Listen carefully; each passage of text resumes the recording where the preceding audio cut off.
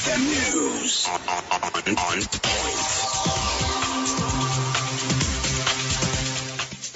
News on XFM. I'm Chris or Tim.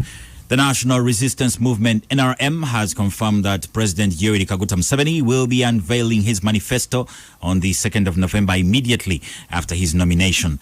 Museveni, who is the party presidential flag bearer, will be nominated at about 10 a.m. at Kyambogo and later unveil the manifesto in a meeting that will be attended by a selected group of people who will follow the SOPs.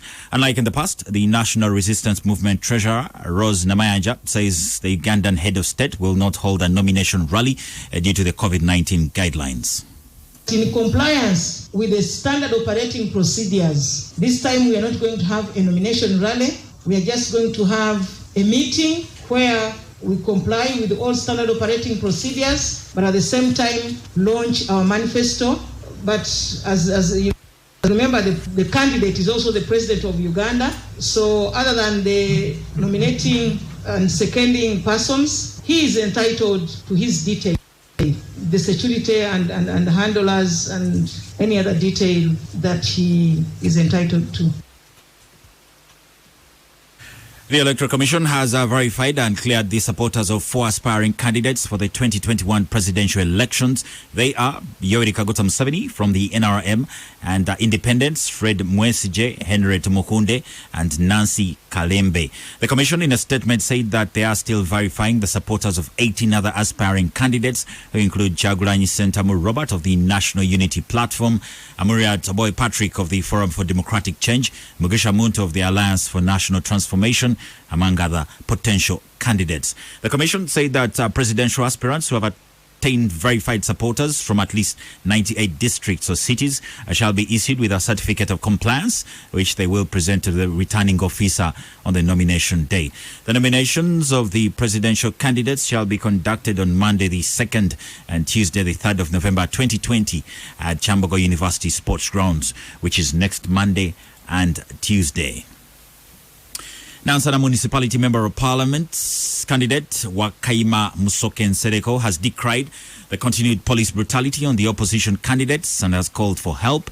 Wakaima said that after nomination, police has been disrupting their meetings and they are not allowed to reach out to their supporters despite observing the guidelines by the Commission. He adds that police does not stop at beating them, but it also confiscates their campaign material and impounds their vehicles, thus making the campaigns hard and more costly for them. It becomes very difficult actually to look for votes. Once you put your vehicle on the road, the police will confiscate it, and getting it is a problem. And we are operating in a period where there is no money. Money is scarce, And again, in such a huge stuff, you find that police is becoming also a roadblock. In crime news, police are holding 22 male adults who are suspected of defiling 13 female juveniles in a brothel at Katwe. The intelligence-led operation was conducted by the Clock Tower Police around Best Zone, Katwe 2 Parish, where they got them with 13 female juveniles. The Kampala Metropolitan Police Deputy PRO Luko Wesigide says that the 3 pairs of female juveniles were found in compromising positions with male adults in a brothel allegedly operated by one Mustafa Mwezi, who was also arrested.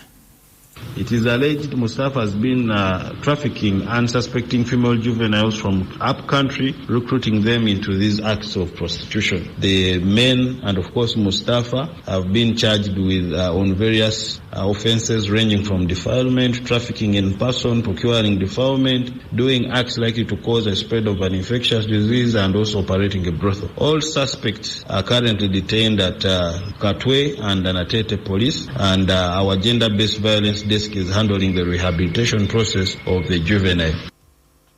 Osijire added that in a related operation, over 90 people were arrested at midnight at the Front Page Hotel in Zana after they were found flouting the COVID-19 guidelines.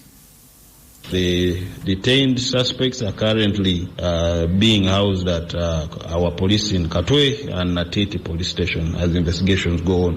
We would like to caution the public not to assume that police will not enforce these guidelines. The guidelines are still standing.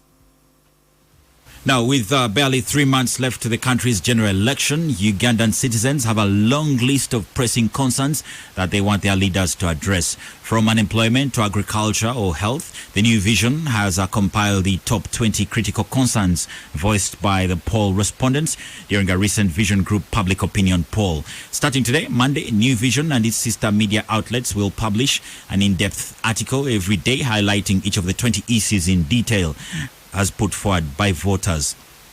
The New Vision Group research team interviewed a total of 5,987 respondents aged 18 years and over in 45 districts across the country. The respondents were randomly asked to state their most outstanding issues of concern in their respective localities without giving them a list of issues to choose from. Many of them are between the age of 25 and 29 and married or living with a partner.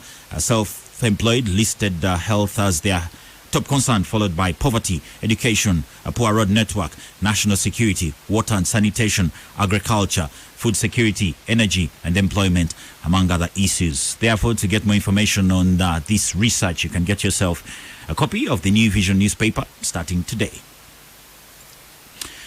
In world news, Spain has declared a national state of emergency and imposed a nighttime curfew in an effort to help control a new spike in coronavirus infections. Prime Minister Pedro Sanchez said the curfew between the hours of 2300, which is 11 p.m., and 6 a.m. would come into force on Sunday. Under the emergency measures, local authorities can also ban travel between regions, Mr. Sanchez said. He said he would ask Parliament to extend the new rules initially in force for 15 days to 6 months.